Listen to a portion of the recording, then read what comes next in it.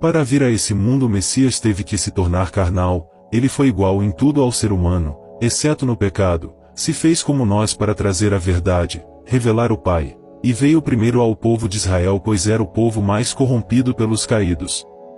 O Pai estava oculto ao mundo desde a queda de Adão e agora seria revelado ao mundo através do Messias, diferente do Deus de Israel, o qual aparecia a todos os patriarcas, chegando até a se manifestar fisicamente a Abraão e Jacó, comprovando não ser o verdadeiro Pai. Eis o porquê da enorme diferença entre o Deus vingativo e mau do Velho Testamento com o do Novo de amor e compaixão apresentado pelo Messias. Pai justo, o mundo não te conheceu, mas eu te conheci, e estes conheceram que tu me enviaste a mim. O povo, entretanto, corrompido pelos ensinos do seu falso Deus, não compreendiam o ensino do Messias, mesmo testemunhando vários milagres e prodígios realizados por ele, mas eles esperavam um Messias guerreiro e opressor, assim como fora Davi. O ensino do Mestre era totalmente oposto ao do Deus de Israel. Israel e os caídos sabiam que cedo ou tarde o Messias desceria nessa terra, por isso se encarregaram de doutrinar fortemente seu povo através de falsos profetas, ensinos e leis. O Messias condenou fortemente as leis e doutrinas judaicas, não obedecendo a nenhuma, como apedrejar a adúltera, obediência aos fariseus, lei do talião, juramento e várias outras que ele anulou, ainda se fazendo maldito perante a lei judaica por não as cumprir e sendo morto no madeiro. Mas ele cumpriu fielmente os 10 mandamentos do Pai, a verdadeira lei, resumidos por ele em 2, amor ao Pai e ao próximo. Destes depende a lei dos 10 mandamentos do Pai e os verdadeiros profetas, que o povo judeu sempre desobedeceu, matando, roubando e destruindo. Serpentes, raça de víboras, como escapareis ao castigo do inferno? Vede, eu vos envio profetas, sábios, doutores. Matareis e crucificareis uns e açoitareis outros nas vossas sinagogas. Persegui-los-eis de cidade em cidade, para que caia sobre vós todos o sangue inocente derramado sobre a terra, desde o sangue de Abel, o justo, até o sangue de Zacarias, filho de Baraquias, a quem matastes entre o templo e o altar. Em verdade vos digo, todos esses crimes pesam sobre esta raça. Vós tendes por pai ao diabo, e quereis satisfazer os desejos de vosso pai. Ele foi homicida desde o princípio, e não se firmou na verdade, porque não há verdade nele. Quando ele profere mentira, fala do que lhe é próprio, porque é mentiroso, e pai da mentira. O Messias chama aquele povo de filhos do diabo, o mesmo povo que milhares de anos atrás foi chamado pelo seu falso Deus de seu filho primogênito. O povo judeu estava extremamente corrompido pelos ensinos de morte e maldade de seu falso Deus. Eles não compreendiam a linguagem de amor e perdão ao qual o Messias ensinava, pois para eles era totalmente oposto aos seus maus princípios, que assim como seu Deus, eram mentir, matar, roubar e destruir. E a condenação é esta, em que a luz veio ao mundo, e os homens amaram mais as trevas do que a luz, porque as suas obras eram mais. Os líderes religiosos da época tramavam sua morte. O Messias sabia que iria morrer nessa terra, pois os caídos juraram matá-lo em vingança por serem expulsos do reino.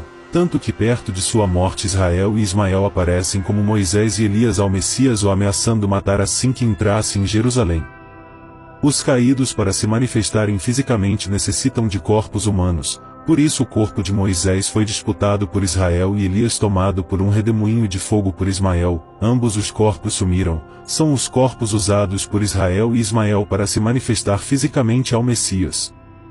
Ao se completar seu tempo de ensino nesse mundo, o Messias sabia que era chegada a sua hora de retornar ao Pai.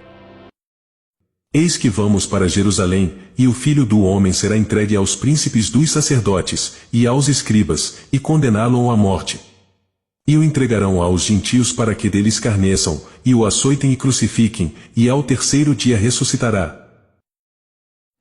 O Messias foi assassinado pelo sistema religioso da época, com o aval do povo, orquestrado por seu falso Deus Israel, através da lei promulgada por Moisés, a vingança que ele encontrou para se vingar de sua expulsão do reino pelo Messias. Eis porque o Messias foi fortemente torturado antes da sua morte, eram os caídos se vingando, submetendo o Messias aos mais diversos tipos de tortura e humilhação. Mas os judeus não tinham poder para matar o Messias, era preciso Israel pedir ao Império Romano de Azazel para executá-lo. Quando interrogado por Pilatos, este era na realidade o próprio Azazel no seu corpo, interrogando o Messias. Eis o porquê do tom irônico de Pilatos ao interrogá-lo e o silêncio do Messias perante o mesmo. Ele sabia que estava ali dialogando com um caído. Por isso o Messias diz a Pilatos, que poder nenhum teria sobre ele, se o Pai não tivesse permitido, ou seja, o Messias estava se referindo ao mundo e seu domínio que o Pai concedeu a Israel e demais caídos durante os 6.000 anos a que foram entregues. Azazel entrega a decisão ao povo sabendo que estavam corrompidos e pediriam sua morte. Queria mostrar que sabem enganar o povo ao ponto de matarem o próprio filho do Pai. Enquanto não se completava os 3 dias da ressurreição, o corpo do Messias foi guardado sem cessar pelos 2 anjos que sempre o acompanham desde o começo no reino, as 2 testemunhas. Caso contrário, os caídos certamente destruiriam seu corpo. Viu 2 anjos vestidos de branco, sentados onde estivera o corpo do Messias, um à cabeceira e outro aos pés. Enquanto o acompanhavam com seus olhares, vendo-o afastar-se para o céu, eis que lhes apareceram 2 homens vestidos de branco, que lhes disseram: Homens da Galileia, por que ficais aí a olhar para o céu? Esse Messias que acaba de vos ser arrebatado para o céu voltará do mesmo modo que o viste subir para o céu. A missão do Mestre havia se cumprido neste mundo, o ponto principal do plano de resgate do Pai, a fim de que as moradas vazias sejam novamente ocupadas, e para isso era necessário mostrar o caminho até elas.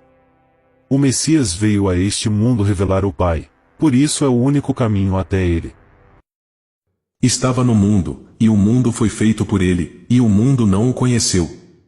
Veio para o que era seu, e os seus não o receberam. Mas, a todos quantos o receberam, deu-lhes o poder de serem feitos filhos do Pai, aos que creem no seu nome, os quais não nasceram do sangue, nem da vontade da carne, nem da vontade do homem, mas do Pai. E o Verbo se fez carne, e habitou entre nós, e vimos a sua glória, como a glória do unigênito do Pai, cheio de graça e de verdade. O Messias veio provar que é possível vencer esse mundo, assim vencer os pecados e armadilhas criados pelos caídos, a fim de corromper e condenar a humanidade. Tenho-vos dito isto, para que em mim tenhais paz. No mundo tereis aflições, mas tende bom ânimo, eu venci o mundo. Por isso ele sempre condenou esse mundo e tudo o que ele oferece, principalmente as riquezas e bens materiais. Ele sabe que tudo neste mundo foi adulterado pelos caídos para satisfazer e corromper a carne. Israel tentou o Messias de todas as formas, já oferecendo este mundo e seus reinos para que em troca o adorasse, assim como fizera a Abraão e aos reis da terra, pois acreditava que se corrompesse o Messias acabaria com o plano de resgate do Pai. Mas seu plano nunca daria certo, pois o Messias, sendo o verdadeiro mestre e filho do Pai, nunca se deixou enganar por ele ou por qualquer outro caído rebelde. Ele que é a verdade e o caminho até ao Pai e seu reino. O que antes com Adão se abriu o caminho para a morte e pecado, agora através do Messias se abre o caminho para a salvação e a vida eterna a todo aquele que nele crer. Para lhes abrires os olhos, e das trevas os converteres à luz, e do poder de Satanás ao Pai, a fim de que recebam a remissão de pecados, e herança entre os que são santificados pela fé em mim.